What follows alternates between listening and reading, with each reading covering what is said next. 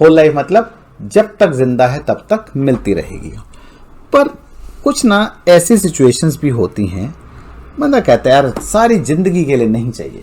क्योंकि देखो ऑब्वियस ही बात है, जो भी आप एन्युटी खरीदते हो ना, उसके लिए आप कुछ प्राइस पे करते हो।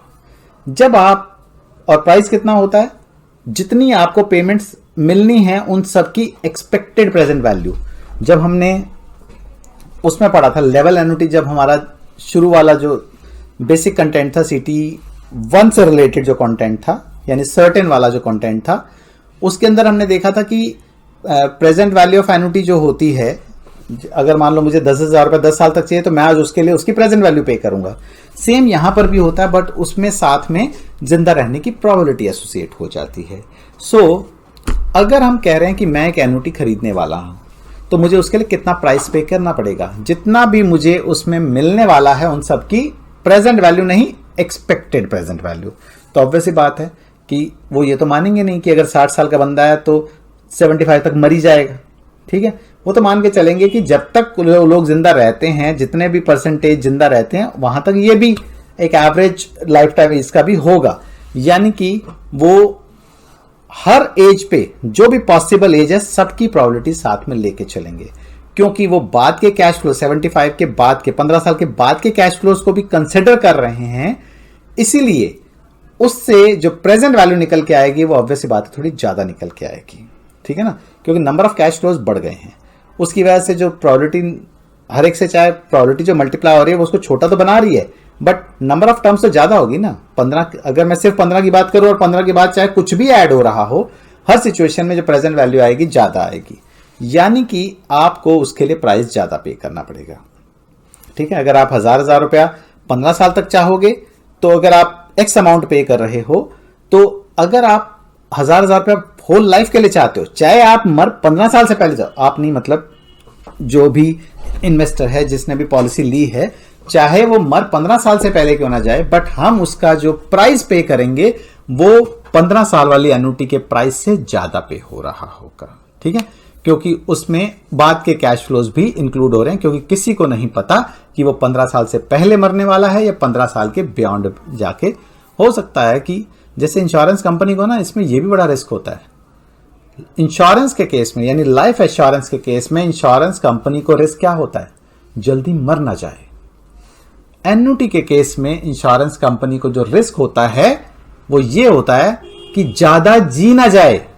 ठीक है, यानी कि एश्योरेंस के केस में आप जब इंश्योरेंस खरीदते हो, पॉलिसी खरीदते हो, तो आपने अपने लिए एक दुआ मांगने वाला बंदा हायर कर लिया है, जो ये चाहता है कि आप ना मरे, क्योंकि मरोगे तो उसको पैसा देना पड़ेगा। जैसे ही आप एन्युटी खरीदते हैं ना, तो एक बद्दुआ मांगने वाला भी बंदा आपने ले लिया, जो चाहेगा जल्दी से जल्दी जाओ ताकि एन्युटी देना मैं बंद करूं।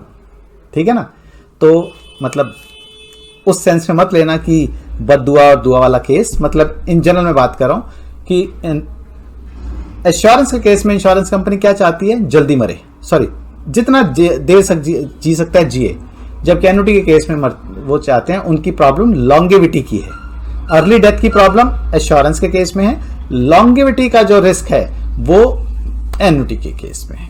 ठीक है, तो इसमें अगर मान लो बंदा ये कहता है यार एवरेज लाइफ स्पैन बंदे का क्या होता है, मतलब मैं मानता हूं कि अगर 60 एज का बंदा इंश्योरेंस ले रहा है, वो लेने वाला मान लो ये सोच रहा हो, वो कहता है यार मुझे ना 15 साल तक मिल जाए बस बहुत है मेरे लिए।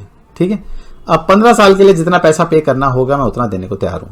अच्छा देखो ये भी है, मान लो हजार रुपया होल लाइफ के लिए, मैं एग्जाम्पल ले रहा हूं सिर्फ, और हजार रुपया 15 साल के लिए।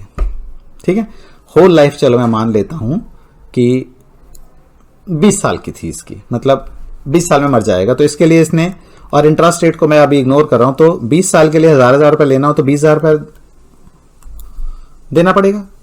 15 साल के लिए हजार देना हो तो 15,000 देना पड़ेगा। यानी कि टेम्परेरी एन्युटी जो होती है वो अगर लिमिटेड टाइम के लिए ले रहे हो तो सस्ती पड़ती है। अब मान लो आप कहते हो जी मैं तो 20,000 देने को तैयार हूं, जब आप होल लाइफ मांगने जाओगे तो कहेंगे हम आपको 1,000 रुपये पर एनम देंगे। आप दे अभी भी 20,000 रहे हैं, बट कह रहे हैं जी मुझे सिर्फ 15 साल की चाहिए, तो आपको 20,000 डिवाइडेड बाय 15, ठीक है, यानी कि अप्रोक्सीमेटली अगर हम देखें इसमें तो 20,000 डिवाइडेड बाय 15, आपकी जो एन्युटी आपको मिलेगी 20 डिवाइडेड बाय 15 की, तो आपको मिलेगी 1333 रुपए की एन्युटी। यानी कि सेम अमाउंट से अगर आप टेम्परेरी एन्युटी खरीदते हो तो आपको अमाउंट, जो एन्युटी का अमाउंट है वो ज्यादा मिल रहा होगा, ठीक है। चलो यहां हमने ना बहुत ही सिंपल केस कंसिडर किया कि हमने क्या लिया कि इंटरेस्ट रेट को भी इग्नोर कर दिया और सीधा बोल दिया कि लाइफ भी उसकी मान दी कि 20 साल की ही लाइफ है। मतलब वैसे इन जनरल मैं बात कर रहा हूं कि अगर आप सेम अमाउंट पे करते हो टू परचेज द एन्युटी, तो होल लाइफ के केस में आपको पर ईयर की एन्युटी कम मिलेगी, जबकि टेम्परेरी के केस में आपको पर ईयर की एन्युटी ज्यादा मिलती है, ठीक है। लॉजिक आपको समझ आ गया है। तो थर्ड केस हम देखते हैं, टेम्परेरी एन्युटी। टेम्परेरी एन्युटी, इसमें भी दो सिचुएशन हो सकती हैं, पेबल इन एरियर, ठीक है, that is payable for a limited period, से फॉर मैक्सिमम ऑफ 10 ईयर और अर्लियर डेथ। हमने बोला जी बस 10 साल तक चाहिए, या अगर डेथ हो जाती पहले तो तब बंद कर देना, मैक्सिमम 10 साल तक चाहिए, अगर अर्ली डेथ हो जाती है 10 साल से पहले मर जाता है तो मिलनी बंद कर देना, ठीक है। तो इसमें जैसे ही एन पीरियड आएंगे, जैसे 10 साल की बात हो रही है तो जैसे 10 साल खत्म होंगे एन्युटी मिलनी बंद हो जाएगी, ठीक है। तो अगर मान लो मैं बात करता हूं x से लेकर x प्लस एन तक की, तो इसका मतलब पहली एन्युटी मिलेगी x प्लस 1 पे, दूसरी मिलेगी x प्लस 2 पे, आखिरी मिलेगी x प्लस एन पे।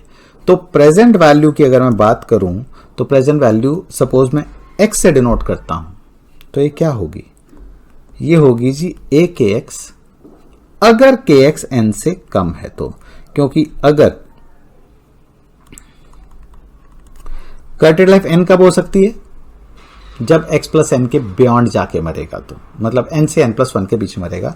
तो हमने बोला जी अगर n से पहले मरेगा तो जितनी कर्टेड लाइफ है उतनी एन्युटी हम दे देंगे, n से पहले, n पे नहीं, n से पहले। यानी कि अगर कर्टेड लाइफ 0 है कुछ नहीं मिलेगा, कर्टेड लाइफ 1 है 1 मिलेगी, कर्टेड लाइफ 2 है 2 मिलेंगी, कर्टेड लाइफ 3 है 3 मिलेंगी, कर्टेड लाइफ n-1 है तो n-1 मिलेंगी। अगर कर्टेड लाइफ n या n से ज्यादा हुई तो उसको n एन्युटीज मिलेंगी, क्योंकि अब मरने की तो बात ही नहीं हो रही ना। अब तो हम सीधा कह रहे हैं कि अगर कर्टेड लाइफ 10 के बियॉन्ड है तो भाई हमने तो 10 पे आपको 10वीं पेमेंट की, 10 पेमेंट आपकी हो गई हमारी तरफ से, राम राम, ठीक है। अब जियो या मरो हमारी प्रॉब्लम नहीं है। इस प्रेजेंट वैल्यू को अगर मैं चाहूं ना तो बजाय ये दो अलग अलग स्टेप्स में लिखने के, मैं इसको ना ऐसे भी लिख सकता हूं, ए minimum of K x comma N. इसका जरा मतलब बताओ क्या होता है। Minimum of K x comma N का मतलब होता है कि के एक्स या एन जो भी पहले आएगा ना उतनी प्रेजेंट वैल्यू होगी। तो सीधी बात है, अगर n पहले आ गया तो इसका मतलब है कि वहां तक वो जी गया, तो n हो जाएगा। कि अगर मान लो कर्टेड लाइफ, सपोज n की वैल्यू 10 है, ठीक है, n की वैल्यू 10 है, कर्टेड लाइफ उसकी 5 है, तो 5 एन्युटी लेके बंद हो जाएगी एन्युटी। अब मान लो मरने का नाम ही नहीं ले रहा, कर्टेड लाइफ जो है उसकी 15 तक पहुंच गई है, हमें क्या, हमने तो उसको 10 एन्युटी दे के नमस्ते कर देनी थी। तो हमारे लिए प्रेजेंट वैल्यू क्या है, इस केस में A5 थी, इस केस में हमारी प्रेजेंट वैल्यू A10 हो जाएगी, ठीक है। क्लियर है, कोई प्रॉब्लम इसमें? ये तो हुई बात किसकी, प्रेजेंट वैल्यू की। हमारा जो टास्क होता है वो प्रेजेंट वैल्यू ना होकर क्या होता है, हमारा टास्क होता है एक्सपेक्टेड प्रेजेंट वैल्यू। अगर मुझे ईपीवी निकालना है, ठीक है, अगर ईपीवी निकालना है तो expected value of A minimum of K x comma N चाहिए, ठीक है। मैं इसको ये भी कह सकता हूं कि भाई ए के मिलेंगी, के एक्स इज इक्वल टू के होगा, बट ये तभी होगा अगर k की वैल्यू 0 से लेकर n से कम। डिस्क्रीट के केस में n से पहले क्या आता है? n-1 आता है। तो कर्टेड लाइफ 0 से n-1 के बीच में होगी तो कर्टेड लाइफ के बराबर एन्युटीज मिलेंगी। और अगर कर्टेड लाइफ n से इंफिनिटी के बीच में कुछ भी होती है तो हम an into P of K X is equal to के, यानी ये जो है सिग्मा से बाहर आ सकता है क्योंकि हम इसमें k की वैल्यू तो इसमें इंक्लूड कर ही नहीं रहे। तो इसको लिख सकते हैं 0 से n-1 a k into P of K X is equal to K. A N बाहर आ गया, K X is equal to K, N से इंफिनिटी। क्या मैं इसको K X greater than equal to N कह सकता हूं? ठीक है ना, K X equal to N, K X equal N plus one, K X equal N plus two, so on till infinity को हम K X greater than equal to N भी कह सकते हैं। इसकी जो एक्चुअल नोटेशन है वो होती है A X payable for N period, A X payable for N periods. अच्छा, अगर मैं इसको लिखना चाहूं, ये अगर याद हो किसके बराबर था? ये किसके बराबर था? अगर मैं j इज इक्वल टू 1 से लेकर क्या था ये याद है? अगर हम इसको डायरेक्टली लिखते हैं ना, मैं इसको डिराइव नहीं कर रहा, अगेन इसका मैं जनरल रीजनिंग से बता रहा हूं आपको कि पहली एन्युटी x प्लस 1 पे, दूसरी एन्युटी x प्लस 2 पे, तीसरी एन्युटी x प्लस 3 पे और लास्ट x प्लस n पे। तो v power 1 into 1 P X, v power 2 into 2 P X, so on up to v power n into n P X. तो इस axn को हम summation v power j into J P X कह सकते हैं, j की value 1 से n तक। मैंने फिर बोला आपको, मैंने नहीं करवाया, आप चाहें तो कर सकते हैं, इसको एग्जामिनेशन पॉइंट ऑफ व्यू से इंपॉर्टेंट नहीं है, तो इसलिए मैंने इसका एक मेथड जो था सबसे पहले डिराइव करके दिखा दिया कि ये कैसे आता है। ठीक है, बट हर एक के लिए मैं डिराइव नहीं करूंगा। ठीक, चलिए, ये तो हो गया हमारा temporary annuity payable in arrear. ठीक है, अगर हम चाहें, अगर आप चाहते हो कि मैं इसको डिराइव करूं, ठीक है, कि ये फॉर्मूला हमारा आया कहां से है, ठीक है, तो हम कर सकते हैं। मैं एक काम करूंगा, एक सेपरेट इसका एडिशनल वीडियो बना दूंगा जिसके अंदर, या चैप्टर जब हमारा चैप्टर खत्म हो जाएगा तो उसके लास्ट में दे दूंगा। ठीक है, जो स्टूडेंट उसको देखना चाहें कि वो कहां से आया है वो उसको देख सकते हैं। ठीक है, मतलब हर एक के लिए जरूरत नहीं है, एग्जामिनेबल है नहीं, इसलिए मैं इसको डायरेक्टली क्लास के अंदर नहीं करवा रहा, मतलब हमारा टाइम बेसिकली खराब होगा। चलिए एक क्वेश्चन देखते हैं, ये एग्जाम्पल 3 देखिए जरा। A55 कैलकुलेट करना है, मुझे LX की वैल्यू दे रखी है। देखो A55 जो होता है, A50 अगर 5 निकालना है, that is nothing but v power 1 1p50, v power 2 2p50, so on up to v power 5 into 5p50। ठीक है, that is v power 1 into L51 by L50, v power 2 L52 by L50, v power 5 L55 by L50। ठीक है, अब L50 चाहिए अगर, तो 120 minus 50, ये रहा मेरा। ठीक है, दैट इज 70। L51 चाहिए तो ये हो जाएगा 69, L52 चाहिए वो हो जाएगा 68। तो इस तरीके से आप इन सब की वैल्यूज इसमें सब्स्टिट्यूट करके A55 की यानी कि expected present value of ordinary annuity issued to a person of age, current age 50 for a maximum of 5 years or earlier death, यानी कि पहले 5 साल के अंदर अंदर मर जाएगा तो मरने पर बंद हो जाएगी, अदरवाइज जो है उसको एन्युटी जो है 5 साल के बाद मिलनी बंद हो जाएगी। ठीक है जी, चलिए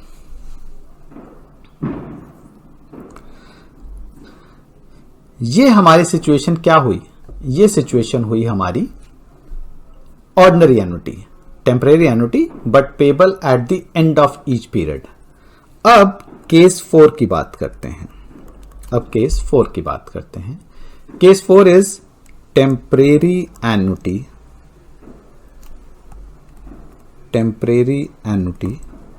पेबल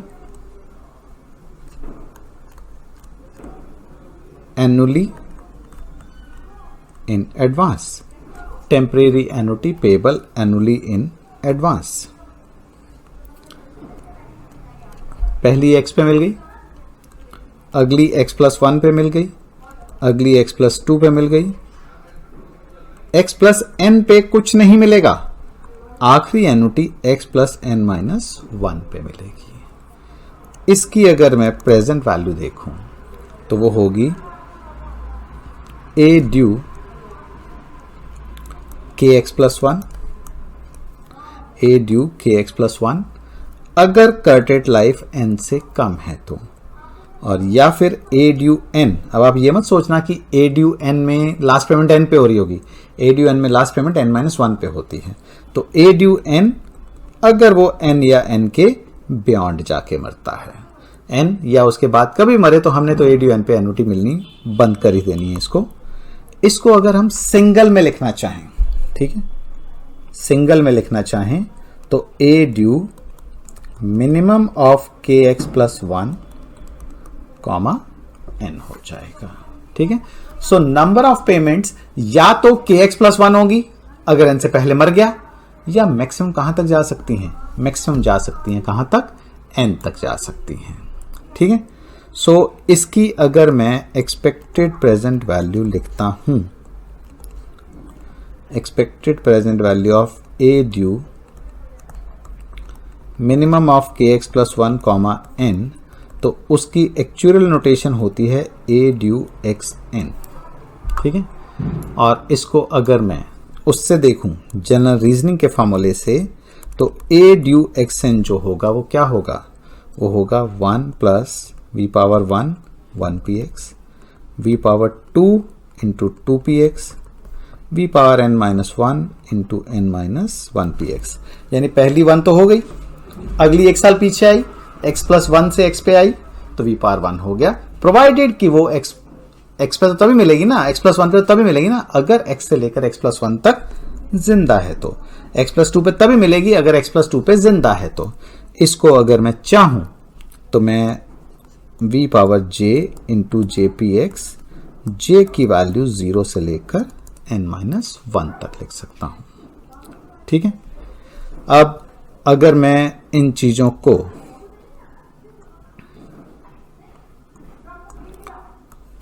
जो भी हमने अभी तक किया उन चीजों को अगर मैं वापस रिकैप करूं तो ax क्या था, जो भी हमने अभी तक पढ़ा अगर उसको मैं रिकैप करता हूं तो ax क्या था? ax था v⁻j इंटू jpx, j की वैल्यू 1 से इंफिनिटी। जब हमने ए ड्यू x पढ़ा था तो that was j is equal to 0 से इंफिनिटी v⁻j इंटू jpx, यानी कि ऑर्डिनरी एन्युटी के केस में पेमेंट 1 से स्टार्ट होती है जबकि ड्यू के केस में पेमेंट 0 से स्टार्ट हो जाती है। जब मैंने axn पढ़ा तो मैंने देखा v⁻j इंटू jpx था, j की वैल्यू 1 से लेकर n तक थी, क्योंकि नंबर ऑफ यहां इंफिनिटी पे कोई फर्क नहीं पड़ता क्योंकि इंफिनिटी में से एक टर्म कम भी कर दोगे तो भी इन्फाइनाइट ही रहने वाली हैं। जबकि ए ड्यू xn जो था वो किसके बराबर हुआ था? j इज इक्वल टू 0 से n-1 v⁻j इंटू jpx के बराबर था। ठीक है, अब जैसे मैंने कहा था कि ए ड्यू x की वैल्यू टेबल में होती है, ए ड्यू x की वैल्यू टेबल में होती है बट ax की नहीं होती, तो हमने क्या इलाज किया था उसका? ax में से 1 माइनस कर दिया था। इसी तरह से जो ए ड्यू xn की वैल्यू है, ए ड्यू xn की वैल्यू AM92 में 4% एंड 6% पे तभी दे रखी है कि अगर x+n 60 हो जाए या 64 हो जाए। याद आ गया जब हमने पिछले वाले चैप्टर में एंडोमेंट एश्योरेंस पढ़ा था, तो हमने देखा था कि x प्लस एन 60 या 65 अगर होगा तो एंडोमेंट एश्योरेंस की वैल्यू टेबल में थी, अदरवाइज नहीं थी। तो इसी तरह अब मैंने ये बताया आपको कि ए ड्यू एक्स में से तो 1 माइनस कर लो तो हमारा ए एक्स आ जाता है, बट ऐसा रिलेशनशिप ए ड्यू एक्स एन में से 1 माइनस करके ए एक्स एन नहीं होता, क्योंकि इनफाइनाइट टर्म में से तो एक टर्म कम हो भी गई तो कोई फर्क नहीं पड़ा, बट एन में से एक टर्म कम होगी तो फर्क पड़ता है। ठीक है ना, एन में से अगर एक टर्म कम होती है तो फर्क पड़ता है। तो देखते हैं कि फिर क्या बनेगा। देखो ए ड्यू एक्स एन क्या था, ए ड्यू एक्स एन था आपका 1 plus V 1 P X 2 P X V power n minus 1 into N minus 1 P X. पहली टर्म 1 को मैं छोड़ दूं, जो v से स्टार्ट होती है वो ऑर्डिनरी कहलाती है, जो 1 से स्टार्ट होती है वो ड्यू कहलाती है। तो 1 प्लस ए एक्स, बट यहां नंबर ऑफ टर्म्स कितनी हो गई, n माइनस 1 हो गई, यानी कि ए ड्यू एक्स एन हमारा इसके बराबर हो गया। अगर मैं ए एक्स एन चाहता हूं, अगर मैं ए एक्स एन चाहता हूं, अगर मैं दोनों तरफ n की जगह पर n प्लस 1 डाल दूं, दोनों तरफ n की जगह पर n प्लस 1 डाल दूं, तो राइट साइड में, लेफ्ट साइड में n की जगह n प्लस 1 हुआ, राइट साइड में n की जगह n प्लस 1 डाला तो xn आ गया। यानी कि अगर मुझे a x n की वैल्यू निकालनी हो तो मुझे टेबल में n प्लस 1 की वैल्यू देखनी होगी और उसमें से 1 मुझे माइनस करना होगा। यानी कि अगर मुझे मान लो A14 की वैल्यू चाहिए हो तो मैं निकाल सकता हूं। क्यों? क्योंकि मैं इसको A ड्यू 50-15 ये टेबल में होगा -1 से कैलकुलेट कर सकता हूं। बट अगर मुझे 50-15 की वैल्यू निकालनी हो, मुझे 50-15 की वैल्यू निकालनी हो तो मैं टेबल से नहीं देख सकता। फिर उसके लिए क्या, उसके लिए फिर हम आगे देखते हैं क्या करना है। ठीक है, अभी हम क्या कह रहे हैं, अभी सिर्फ ये कह रहे हैं कि अगर कोई ऐसा है कि टेबल में है नहीं बट हम उसको इस तरह से चेंज कर सकते हैं कि वो टेबल में हमें मिल जाए, तो ये हमारे पास फॉर्मूला हो सकता है। ठीक है, चलिए इसके बेस पे क्वेश्चन देख लें। चलिए एग्जाम्पल 4 एक बार पढ़ लो जरा।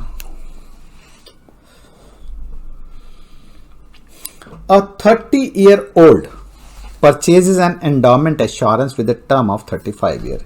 30 साल का बंदा है, उसने 35 साल की एंडोमेंट एश्योरेंस खरीदी है। Premium of the policy are payable annually in advance. आपको पता है कि प्रीमियम किसी भी पॉलिसी का होता है ना, हमेशा एडवांस में पे होता है, इन एरियर कभी नहीं हो सकता। रीजन उसके पीछे सीधा सा होता है कि अगर इन एरियर होता और फर्स्ट पीरियड में x से लेकर x प्लस 1 के बीच में हमने इंश्योरेंस उसको दे रखी है, x की एज पे दे दी कि अगर x से लेकर x प्लस 1 के बीच में मरेगा या तो इमीडिएटली देंगे या at the end of the year of death देंगे। अब अगर मान लो उससे हमने लिया कुछ नहीं है, ठीक है, और x से x प्लस 1 के बीच में डेथ हो जाती है और हमने बोला था हम आपसे प्रीमियम x प्लस 1 पे लेंगे, तब तक तो बंदा जिंदा ही नहीं रहा, खाया पिया कुछ नहीं, गिलास तोड़ा बराना, मिला हमें कुछ नहीं, बस बंदा गया और हमसे क्लेम भी लेके चला गया। हमें तो चवन्नी नहीं मिली, हमें तो 1 रुपया नहीं देके गया वो, और हमें तो बस आश्वासन ही रह गए, हम तो सोचते ही रह गए कि साल के एंड पे इसका प्रीमियम आएगा। इसलिए किसी भी इंश्योरेंस का जो प्रीमियम होता है वो हमेशा एडवांस में ही पेबल होता है। ठीक है, सो यहां पर जो 30 ईयर का बंदा है पहला प्रीमियम यहां देगा, 31 पे दूसरा प्रीमियम देगा। Calculate the expected present value of the premium, तो हमें एक तरह से 12,500 की ए ड्यू इसलिए क्योंकि एडवांस पे है, 30 साल का बंदा, 35 टर्म की policy, AM92 ultimate mortality and interest rate of 4%। तो AM92 4% इंटरेस्ट पे हमें इसकी वैल्यू कैलकुलेट करनी है। आप चाहो तो मैं आपको दिखा सकता हूं, देखो जैसे ये 60 के लिए है, ये 65 के लिए है, तो आपको क्या करना है, x लेना है 30 और x लेना है 30 और x प्लस जो n है वो 35 लेना है, तो 19.609 ये उसकी एक्सपेक्टेड प्रेजेंट वैल्यू हो गई। तो 19.609 के हिसाब से अगर हम देखते हैं तो 12,500 इंटू 19.06, ठीक है, इसको मल्टीप्लाई कर लो तो ये आ जाएगी expected present value of the premiums paid. ठीक है, चलिए आगे बढ़ते हैं। अगर हमें वेरिएंस कैलकुलेट करना हो, जैसे हमने वेरिएंस ऑफ ऑर्डिनरी एन्युटी निकाला, वो क्या आया था? वेरिएंस ऑफ ऑर्डिनरी एन्युटी आया था 1/d² into 2 capital AX minus AX का square. Variance of annuity due निकाला, वो भी हमारा सेम निकला था। अब देखते हैं वेरिएंस ऑफ, अगर मैं पहले एन्युटी ड्यू कैलकुलेट करता हूं, variance of annuity due calculate करता हूं, ठीक है, यानी कि वेरिएंस ऑफ ए ड्यू। ध्यान रहे वेरिएंस निकालने के लिए हम जो स्टेप्स वाला था ना कि kx लेस देन n में ये है, kx greater than equal to n में ये है, वो तरीका नहीं फॉलो कर सकते। अगर हमें वेरिएंस निकालना है तो हमें उसको सिंगल वाला जो एक्सप्रेशन था ना उसके बेस पे करना पड़ेगा। तो kx प्लस 1 n था। This is variance of 1 minus v raise to power kx plus 1 minimum of kx plus 1 n divided by d, which is 1/d²। 1/d²। Variance of 1 तो खत्म हो जाएगा, v raise to power minimum of kx plus 1 n। ठीक है, अगर आपको याद हो वेरिएंस ऑफ जब हमने एंडोमेंट एश्योरेंस निकाला था,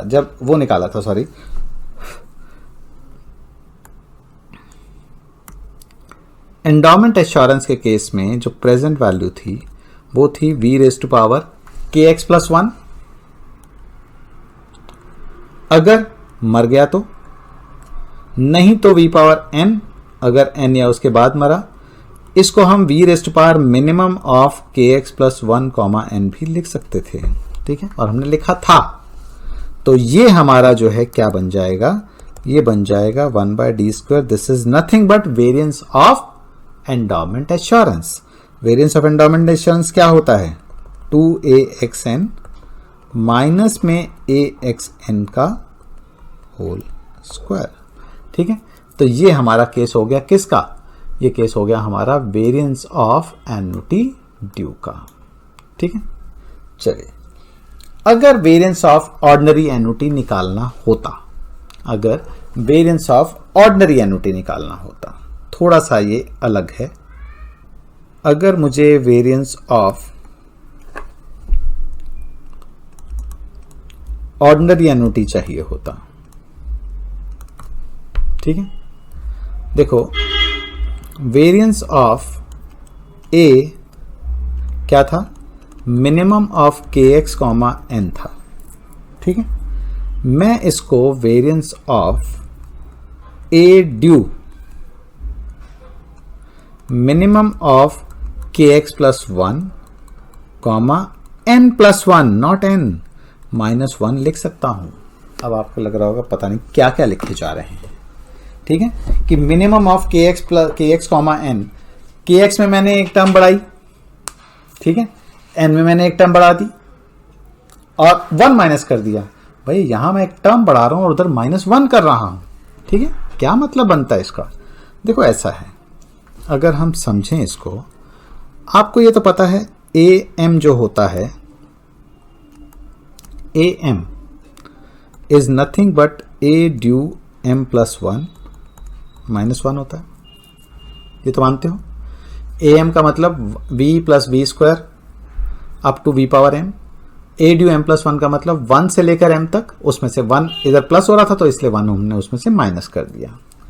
अब अगर मैं m के बदले में मिनिमम ऑफ kx n कर दूं, ठीक है, kx n कर दूं, तो ये मेरा बन जाएगा a minimum of kx n is equal to a due minimum of K X plus one, क्योंकि देखो ना अगर हम बढ़ा रहे हैं, अभी मैं इसको चलो और भी आपको एक्सप्लेन कर देता हूं। अगर हम के एक्स में 1 बढ़ा रहे हैं तो हमें n में भी 1 बढ़ाना होगा, क्योंकि नहीं तो मैं बोलूं जी मिनिमम ऑफ 5 और 10, 5 और 6 में मिनिमम कौन सा है जी 5 है, मैं 5 में तो 1 बढ़ा दूं, ठीक है 5 में तो 1 बढ़ा देता हूं। अब मैं बोलूं जी 6 और 6 में मिनिमम कौन सा है, आप बोलोगे दोनों बराबर है। हाँ, अगर मैं ये कहता कि मिनिमम ऑफ 5 और 6 में क्या है, मिनिमम 5 है, मैं 5 में एक बढ़ाता हूं तो 5 का 6 किया, तो 6 में भी एक बढ़ाता हूं 7 किया। अब मैं पूछूं जी मिनिमम ऑफ 6 और 7 क्या है, तो अभी भी आपका पहले वाला टर्म ही मिनिमम होगा, यानी कि जो भी इंक्रीज मुझे करना है वो दोनों में करना है। तो इसलिए मैंने क्या किया, के एक्स कॉमा एन में अगर मैंने एक टर्म बढ़ाई है तो minimum of K x comma N का मतलब है कि अगर के एक्स में मैं 1 बढ़ाऊंगा तो मुझे एन में भी 1 बढ़ाना पड़ेगा।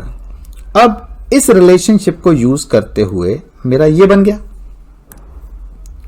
अब अगर मुझे variance of A minimum of K x comma N चाहिए तो मुझे वेरिएंस ऑफ क्या चाहिए, मुझे वेरिएंस ऑफ ए ड्यू 1 का तो 0 हो जाएगा, बचा क्या, minimum of K X plus 1 comma N plus 1 का तो 0 हो गया, ठीक है।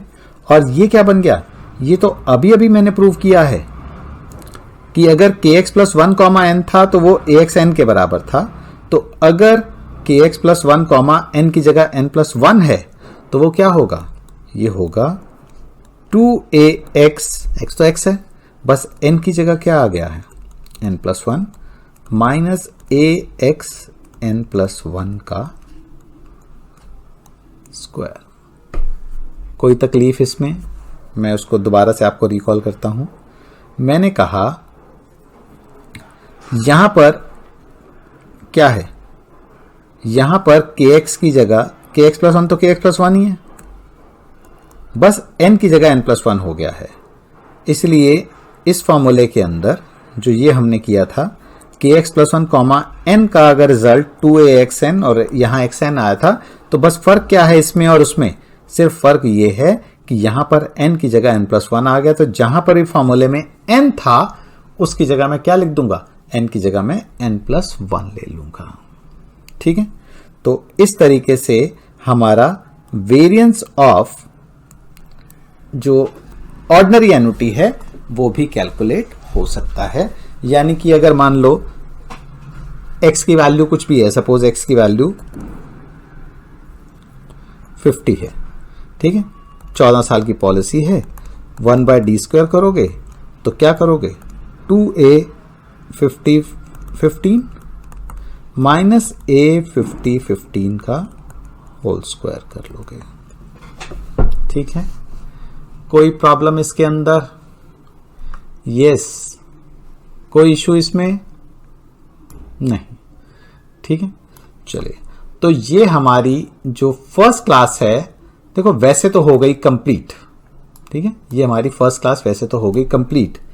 मैंने कहा था कि एक कि axn जो था वो किसके बराबर था, summation j is equal to 1 to n v power j into jpx था, और मैंने कहा था कि ये एग्जामिनेबल नहीं है, पर ठीक है, जिसको भी करने की इच्छा हो, जिसको भी इच्छा हो वो इस चीज को समझ सकता है।